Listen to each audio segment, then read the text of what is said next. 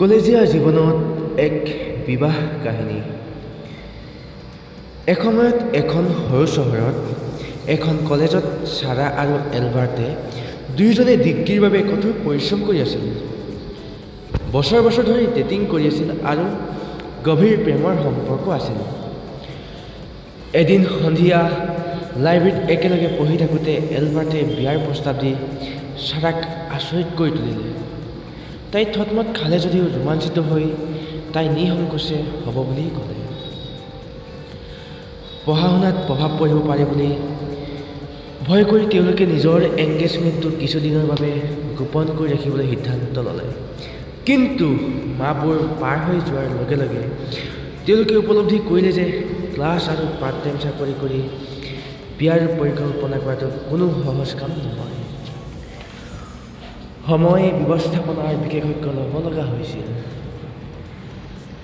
বন্ধু বান্ধৱীৰ সহযোগত তেওঁলোকে গ্ৰীষ্মকালীন বিৰতিৰ সময়ত এখন সহজ আৰু সুলভ মূল্যৰ বিয়াৰ পৰিকল্পনা কৰিবলৈ সক্ষম হয়।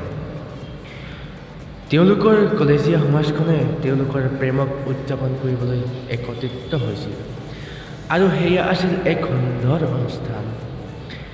এনেকৈ দুয়োজনৰ মাজত সুন্দৰকৈ বিবাহ হৈ গ'ল।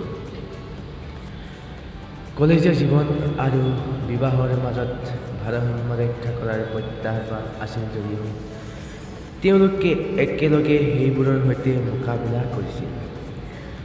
আপোচ কৰিবলৈ শিকিলে, ফলপ্ৰসূভাৱে যোগাযোগ কৰিবলৈ শিকিলে আৰু ইজনে সিজনৰ সপোনক সমৰ্থন কৰিবলৈ শিকিলে। সদায় সহজ নাছিল যদিও তেওঁলোকৰ মৰম আৰু দৃঢ়তাই তেওঁলোকক পঢ়া শুনা আৰু বিবাহ দুয়োটাতে সফলতা লাভ কৰাত সহায় কৰিছিল। কলেজৰ পৰা স্নাতক হোৱাৰ লগে লগে তেওঁলোকে গৌৰৱেৰে নিজৰ যাত্ৰালৈ উভতি চালে।